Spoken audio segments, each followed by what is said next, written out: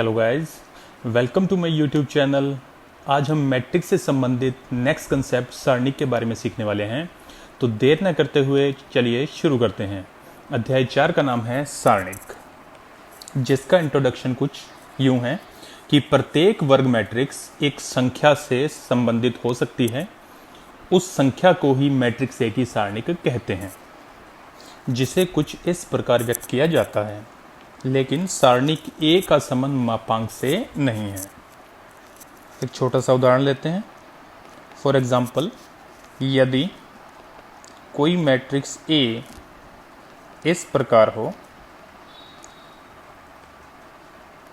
जिसका ऑर्डर 2 गुना 2 है, यानी एक वर्ग मैट्रिक्स है, तो सारणिक ए को कुछ इस प्रकार लिखा जाएगा।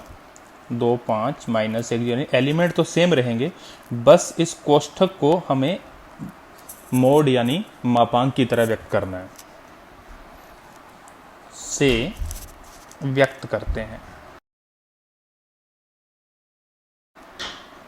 हम लोगों का जो अगला काम है वो उस संख्या को ज्ञात करना है जिसे हम प्रत्येक वर्ग मैट्रिक्स से संबंधित करते हैं। तो नेक्स्ट टॉपिक देखिए। प्रत्येक वर्ग मैट्रिक्स जिस संख्या यानी सारणिक से संबंधित होती है उसे निम्न प्रकार ज्ञात करते हैं। इसमें हम 1 गुणा 1, 2 गुणा 2 और अधिकतम 3 गुणा 3 कोटि की सारणिक का मान ही ज्ञात करने वाले हैं। तो हम सबसे पहले 1 गुणा 1 कोटि या केवल कहें 1 कोटि की सारणिक का मान ज्ञात करेंगे। इसमें यदि कोई मैट्रिक्स ए इस प्रकार है जिसमें केवल एक ही एलिमेंट है स्मॉल ए, यानी इसका ऑर्डर 1 गुणा 1 है हो, तो सारणिक ए का जो मान आएगा वो यही एलिमेंट ए आ जाएगा। अर्थात 1 गुणा 1 कोटि की वर्ग मैट्रिक्स में जो एकमात्र एलिमेंट होता है वही उसकी सारणिक का मान होगा। फॉर एग्जाम्पल, यदि मेरे पास एक मैट्रिक्स ए है जिसमें एक एलिमेंट -5 है, तो इस आधार पर सारणिक ए का मान आएगा -5।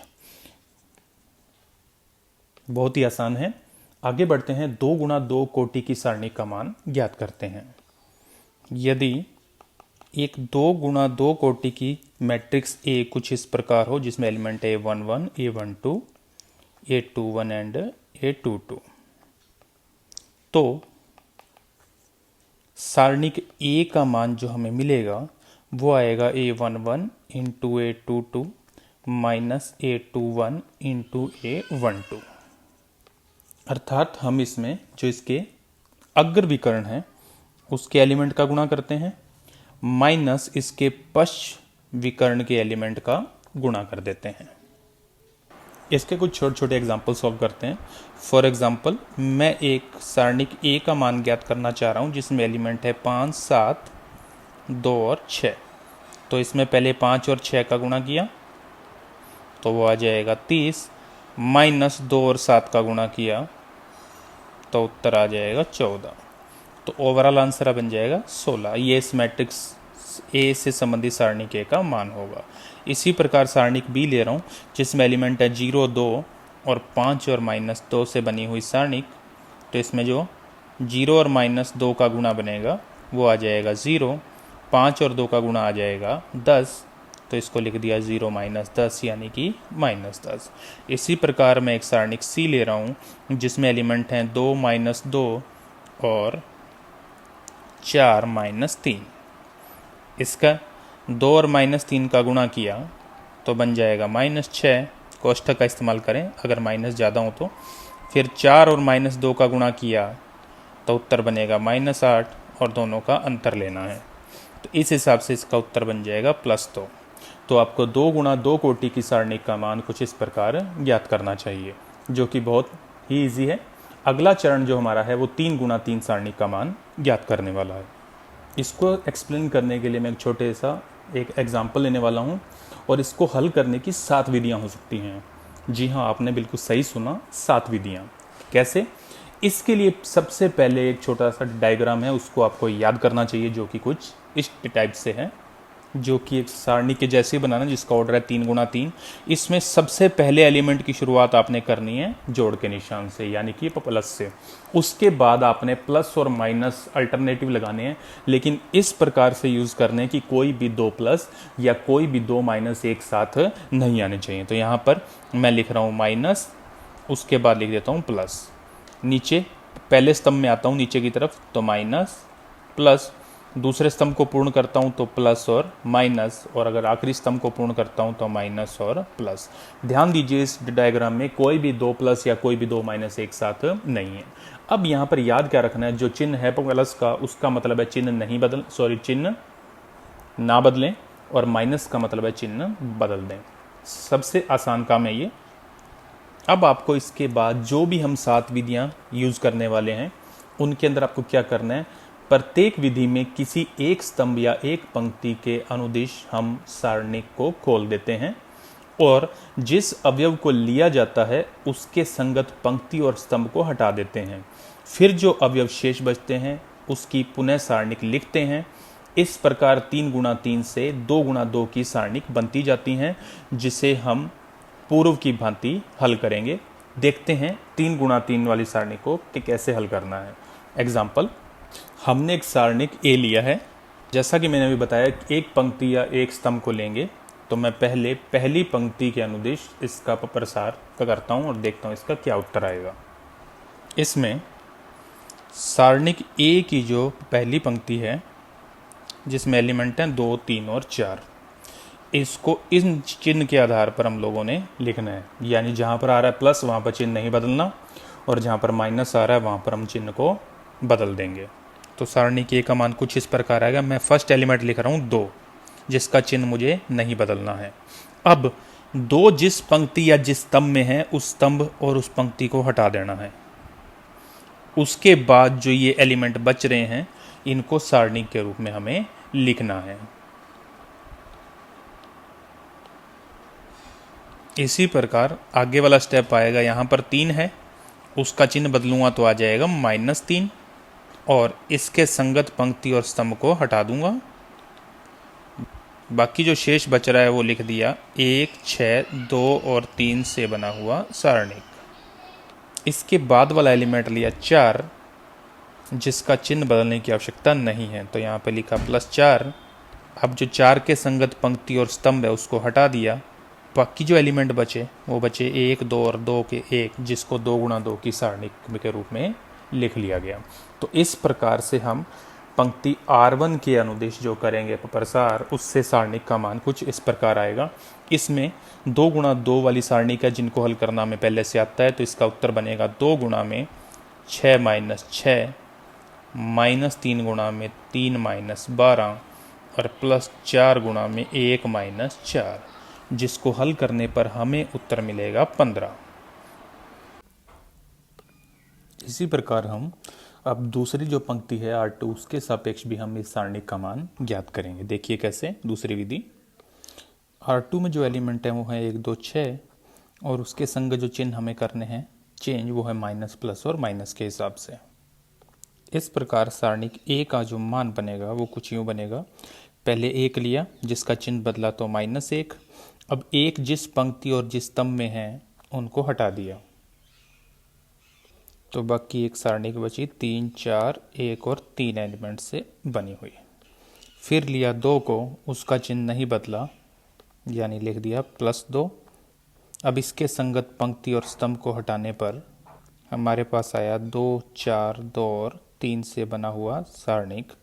इसके बाद 6 और माइनस, तो आया -6, और 6 के संगत पंक्ति और स्तंभ को हटाने पर बचा 2, 3, 2, 1 से बना हुआ सारणिक। इस आधार पर अगर इस सारणिक का मान ज्ञात करें तो -1 × 9 - 4 +2 × 6 - 8 और -6 × 2 - 6 आएगा, जिसे हल करने पर पूर्व की भांति ही उत्तर आ जाएगा 15। तो इस प्रकार हम देखते हैं कि दोनों ही पंक्तियों के सापेक्ष इस सारणी का मान हमें एक जैसा मिल रहा है। अतः हम किसी भी पंक्ति या किसी भी स्तंभ के सापेक्ष किसी भी सारणी का प्रसार करें, उसका उत्तर हमेशा एक जैसा ही आएगा। चलिए अब करते हैं R3 के सापेक्ष इसका प्रसार। R3 में एलिमेंट हैं 2, 1 और 3 और उसके संगत चिन्ह प्लस, माइनस और प्लस। इस आधार पर सारणिक A का मान हमें मिलेगा, 2 का चिन्ह नहीं बदला जाएगा, +2 लिखा। अब उसके संगत स्तंभ और पंक्ति को हटाने के बाद हमारे पास आएगा 3, 4, 2 और 6 से बनी हुई सारणिक। फिर 1 और माइनस को देखा तो इसका मतलब 1 का चिन्ह बदला जाएगा तो -1। अब -1 के संगत पंक्ति और स्तंभ को हटा दिया तो हमारे पास आया 2, 4, 1 और 6 से बना हुआ सारणिक। इसी हिसाब से लिया +3 इन दोनों की वजह से, और 3 के संगत पंक्ति और स्तंभ को हटाया तो हमारे पास आएगी सारणिक 2, 3, 1 और 2 से मिलकर बनी हुई। इस आधार पर अगर हम इस सारी छोटी सारणिकों के मान ज्ञात करें तो आएगा 2 गुणा में 18 - 8, -1 गुणा में 12 - 4 और +3 गुणा में 4 - 3, जिसे हल करने पर पूर्व की भांति ही उत्तर आएगा 15। अब हम तीनों स्तंभों के सापेक्ष भी इसका प्रसार करके देखते हैं। चौथी विधि है प्रथम स्तंभ के सापेक्ष इसका प्रसार करना। तो सारणी के का मान कुछ इस प्रकार आएगा। इसके जो पहला स्तंभ है C1, उस जिनके चिन्ह हम लिखेंगे प्लस, माइनस और प्लस से। इस आधार पर 2 जिसका चिन्ह नहीं बदला जाएगा, उसके संगत पंक्ति और स्तंभ को हटाने पर हमें मिलेगा 2, 6, 1 और 3 से बना हुआ सारणिक। फिर 1 के संगत चिन्ह बदला तो -1, उसके संगत पंक्ति और स्तंभ को हटाने पर हमें मिलेगा 3, 4, 1 और 3 से बना हुआ सारणिक। और उसके बाद आएगा +2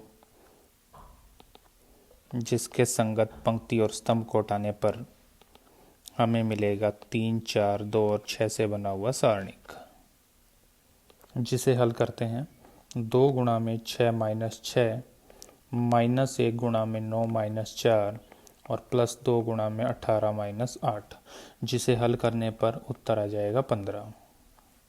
इसी प्रकार C2 के अनुदिश भी करते हैं इसका प्रसार।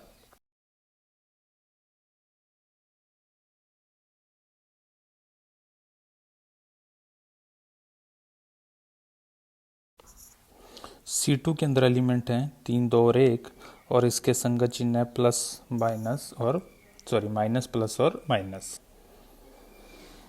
इस आधार पर सारणी के का मान आएगा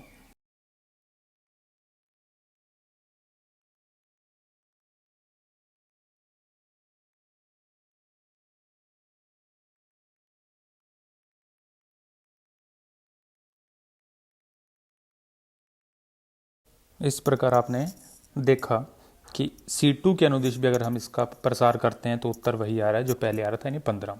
तो मैं फटाफट C3 के सापेक्ष भी इसका जो प्रसार है उसको करके इसका उत्तर ज्ञात कर देता हूँ।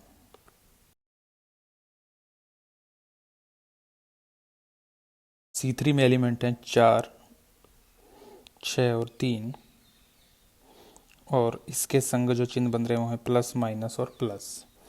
इस आधार पर सारणी के का मान कुछ इस प्रकार आएगा।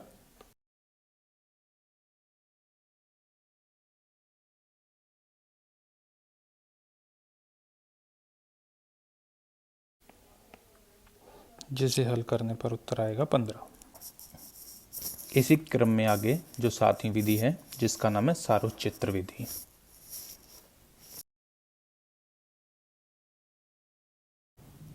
अब इस विधि में सारणी के को ठीक उसी प्रकार लिख देते हैं जैसा कि उसमें है, और इसके पीछे इसके 2 स्तंभों को पुनः लिख देते हैं जो कि शुरू में 2 स्तंभ है, पहला और दूसरा।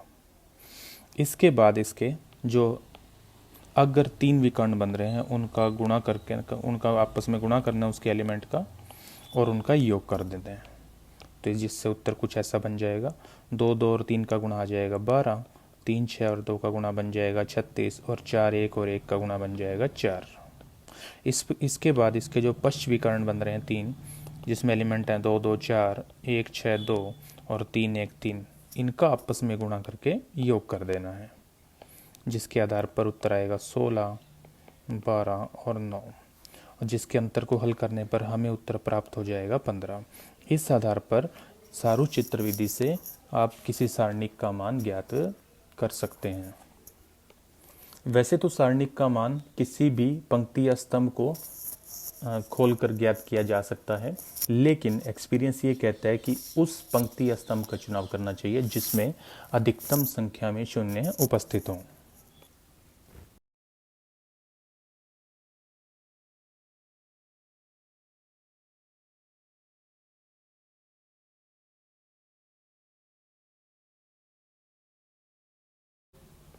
अब हम आगे चलते हैं। यदि मैट्रिक्स और सारणिक के बारे में सोचें तो सारणिक मैट्रिक्स से ही बनता है, लेकिन फिर भी इनमें मुख्यतः 2 अंतर होते हैं। पहला मुख्य अंतर है कि मैट्रिक्स आंकड़ों का एक सुव्यवस्थित रूप है, जबकि सारणिक का एक निश्चित मान होता है।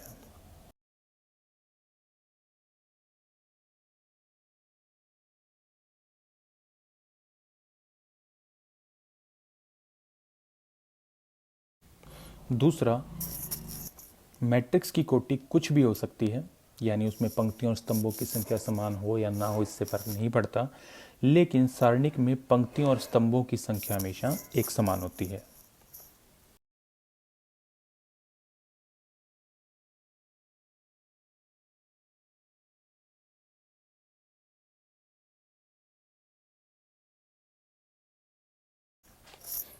अब इसके बाद एक बात और करते हैं कि हमने पहले इस बारे में डिस्कस किया है कि यदि कोई 2 मैट्रिक्स एक समान होते हैं तो उनकी कोटि और उनके संगत अवयव एक समान होने चाहिए, लेकिन सारणिक में ऐसा नहीं है। देखिए कैसे। हम एक उदाहरण पर विचार करते हैं जो कि कुछ इस प्रकार है।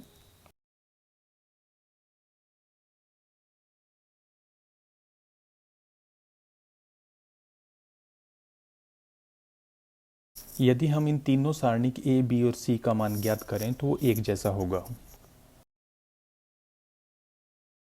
अर्थात यदि 2 सारणिक एक समान हो तो यह आवश्यक नहीं है कि उनकी कोटि या उनके संगत अवयव भी एक समान हो।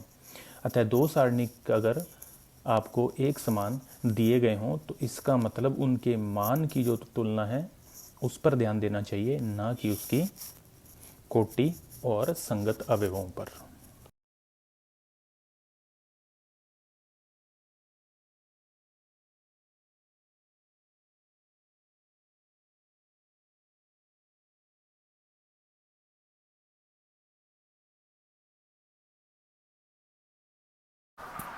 अब हमारा जो अगला टॉपिक है वह है उपसारणिक और सहखंड। इसमें हम सबसे पहले उपसारणिक की बात करेंगे। जैसा कि नाम से भी हिंट मिल रहा है कि इसमें किसी सारणिक से कोई छोटी सारणिक बनाई जाएगी। तो देखिए, वास्तव में किसी भी सारणिक में किसी भी एलिमेंट के संगत जब हम कोई उपसारणिक ज्ञात करते हैं तो उस एलिमेंट की पंक्ति और स्तंभ को हटा देते हैं, यानी वो एलिमेंट जिस पंक्ति या स्तंभ में हो उस पंक्ति और स्तंभ को हटा दें तो जो शेष सारणिक बचती है उसे उस एलिमेंट की उपसारणिक कहते हैं। तो इस प्रकार उपसारणिक की जो डेफिनेशन है वो यूँ बनती है कि किसी सारणिक ए में अवयव ए आई जे के संगत आई वी पंक्ति व जेवें स्तंभ को हटाने पर जो सारणिक शेष बचती है उसे अवयव ए आई जे की उपसारणिक कहते हैं।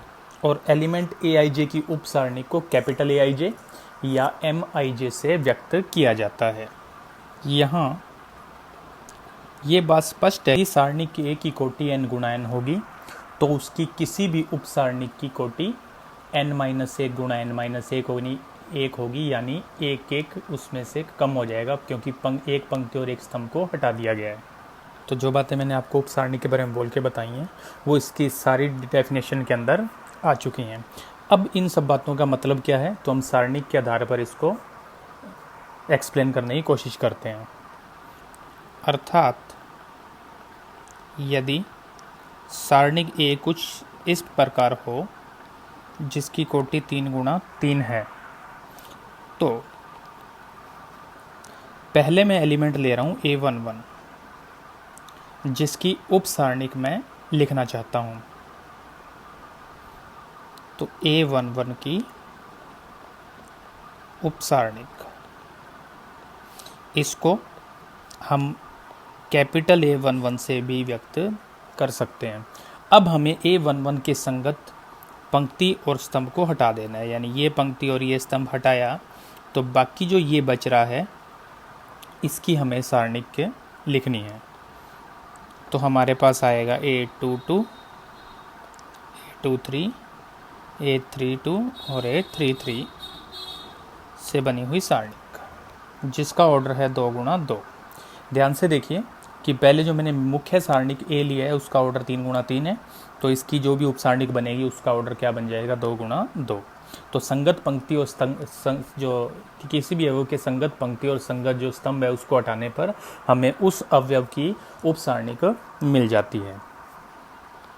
इसी प्रकार यदि मैं 823 ज्ञात करना चाहूँ तो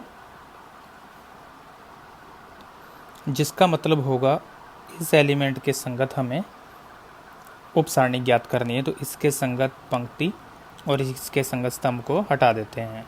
बाकी जो शेष बच रहा है वो है A11, A12, A31 और A32 एलिमेंट। तो ये जो सारणिक बनेगी ये 823 की उपसारणिक बन जाएगी। इसी प्रकार यदि कोई 2 गुणा 2 की सारणिक B मेरे पास मौजूद हो जिसमें एलिमेंट है A11, A12, A21 और A22, तो इसमें जो कैपिटल A11 आएगा इसका मतलब पहली पंक्ति और पहले स्तंभ को हटा दिया जाए, तो जो शेष बचेगा वो आएगा A22 एलिमेंट, इसकी सारणिक। तो इसका मान वापस आ जाएगा A22 एलिमेंट। ये इसके अंदर 2 गुणा 2 में उपसारणिक कुछ इस प्रकार से बनने वाली हैं। अब हमारा अगला टॉपिक है सहखंड। ये उपसारणिक से ही बनता है, अर्थात यदि उपसारणिक ज्ञात हो तो सहखंड भी ज्ञात हो सकते हैं। तो चलिए देखते हैं सहखंड, जिसकी डेफिनेशन कुछ इस प्रकार होती है कि किसी एलिमेंट Aij का जो सहखंड होता है उसे कैपिटल Fij से व्यक्त करते हैं और जिसका सूत्र होता है -1 की power i plus j into Aij। तो इस प्रकार से किसी भी एलिमेंट का सहखंड उपसारणिक की सहायता से ज्ञात होता है, बस एक एक्स्ट्रा मान -1 की घात i प्लस j यूज करना पड़ता है। या Fij का सूत्र कुछ इस प्रकार से भी हो सकता है कि इसका मान -Aij या प्लस Aij होगा यदि i प्लस j क्रमशः विषम या i प्लस j क्रमशः सम हो तो। अर्थात यदि सारणिक A कुछ इस प्रकार हो तो A11 का सहखंड, जिसका मतलब बनेगा कैपिटल F11, जो कि पहली पंक्ति और पहले स्तंभ को तो हटाना ही हटाना है और उसके साथ साथ लिखा जाएगा -1 की पावर, इसके पैरों में लिखा हो 11 यानी i का मान भी 1 है और j का मान भी 1 है। तो हमारे पास यहाँ पर -1 की पावर में आ जाएगा 1 + 1 और इसके साथ में लिखेंगे A11 यानी कि उपसारणिक। तो इसके लिए -1 की पावर बनेगी 2 जिसका मान आएगा 1, तो 1 को गुणा में लिखने की ज़रूरत नहीं है। बाकी बचेगा A11 जिसका मान आ जाएगा A22, A23, A32 और A33 से बनी हुई सारणिक। इसी प्रकार अगर हम F23 का मान ज्ञात करना चाहें तो उसका सूत्र बनेगा -1 की पावर में 2 + 3 और F23 का मतलब उपसारणिक A23 की हमें ज़रूरत है। तो -1 की पावर 5 का मान तो आएगा -1 यानी एक माइनस, और 23 का मतलब हो गया दूसरी पंक्ति और तीसरे स्तंभ को हटाने पर। दूसरी पंक्ति और तीसरे स्तंभ को हटाने पर जो एलिमेंट शेष बच रहे हैं वो हैं A11, A12, A31 और A32। जिसको आगे हल करने पर हमें सेकंड मिल जाएगा। अब हम यहाँ पर जो -1 की घात में i प्लस जे लिख रहे हैं उसको निम्न प्रकार चिन्ह से भी व्यक्त किया जा सकता है। 3 गुणा 3 में ये वाला चित्र याद होना चाहिए जो कि हम लोगों ने सारणिक का मान ज्ञात करते समय भी देखा था। या अगर 2 गुणा 2 की सारणिक है तो उसमें प्लस माइनस और माइनस प्लस, इस हिसाब से हमें सारणिक के चिन्ह याद हो जाने चाहिए। तो इस प्रकार हमें -1 की पावर i प्लस जे याद रखने की आवश्यकता नहीं है। हम सिर्फ उप सारणिक ज्ञात करते हुए इन चिन्ह के आधार पर चिन्ह यूज़ करते हुए सेकंडों के मान ज्ञात कर सकते हैं। अब कुछ छोटे छोटे एग्जाम्पल लेते हैं जिससे ये उप सारणिक और सेकंड हमें किस प्रकार हल करने चाहिए वो भी हमें समझ में आ जाए। उदाहरण नंबर 1 ले रहा हूँ जिसमें सारणिक ए में है 2, -3, 7 और 2 एलिमेंट जिसका ऑर्डर है 2 गुणा 2। अब मुझे ज्ञात करना है इसमें A11 यानी पहले जो ये 2 एलिमेंट हैं इसके संगत मुझे उप सारणिक का मान ज्ञात करना है। तो मैंने पहले पंक्ति और पहले स्तंभ को हटा दिया, बाकी जो बचा वो ये वाला 2 एलिमेंट बचा, तो इसमें आ जाएगा 2 से बनी हुई सारणिक जिसका मान आएगा 2।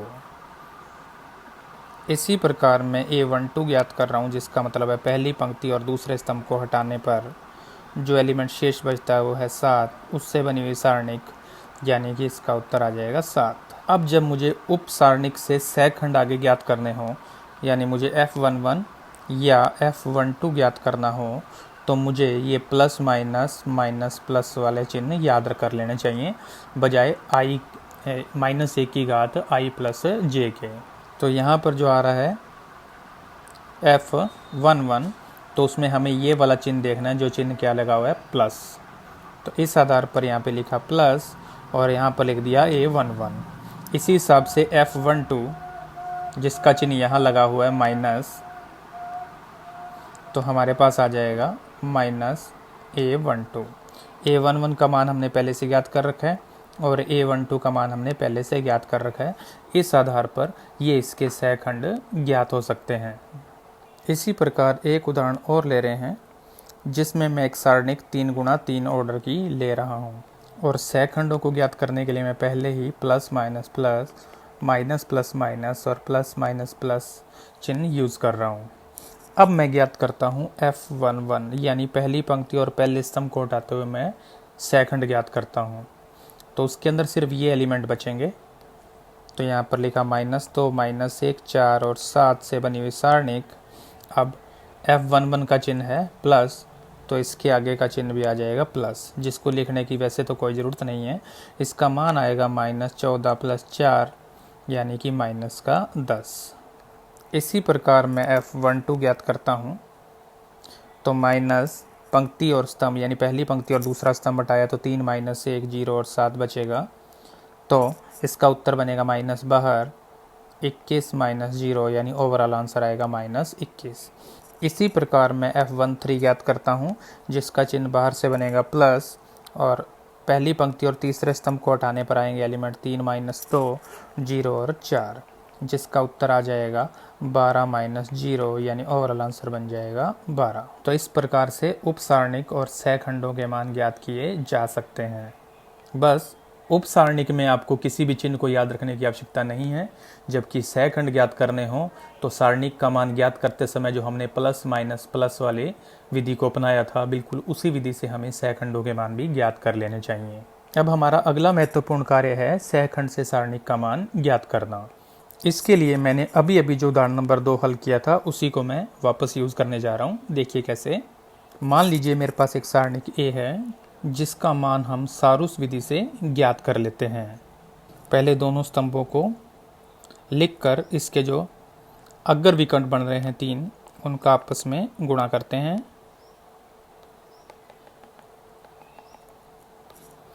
तो उत्तर कुछ ऐसा बनेगा -28 -0 और -84। उसके बाद इसके पश्च विकर्णों का गुणनफल कर लेते हैं।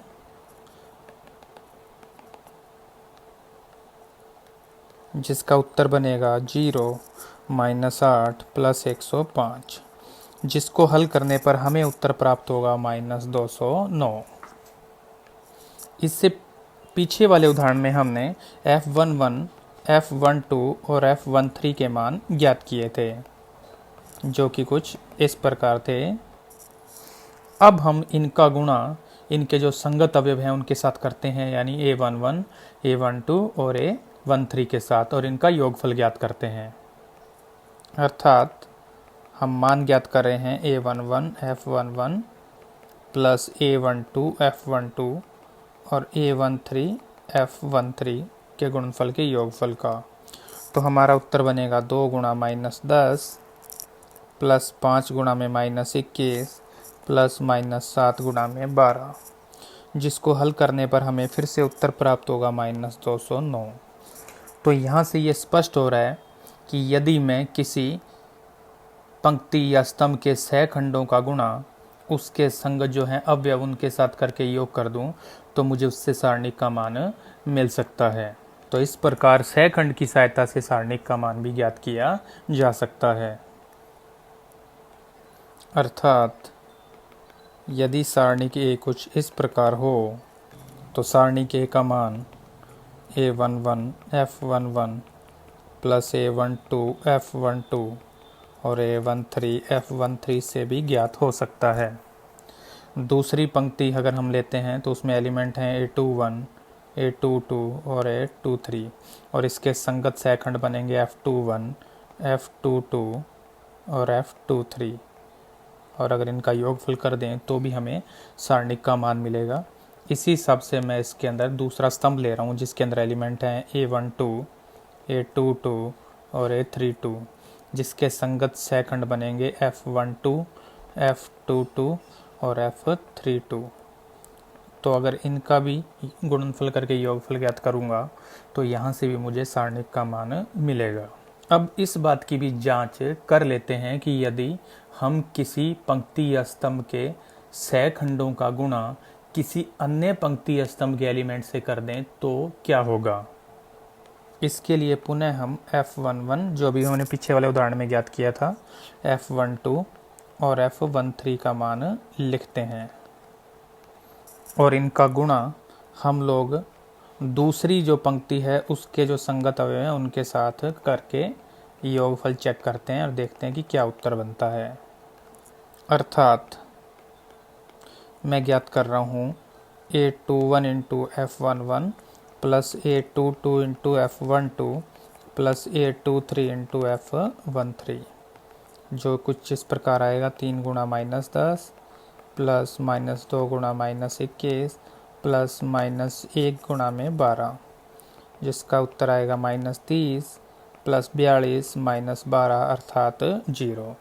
इसका मतलब यदि सहखंडों का गुणा किसी अन्य पंक्ति या स्तंभ के सहखंडों से कर योग करेंगे तो सारणिक का मान नहीं मिलेगा, वहाँ पर उत्तर हमें मिलेगा 0।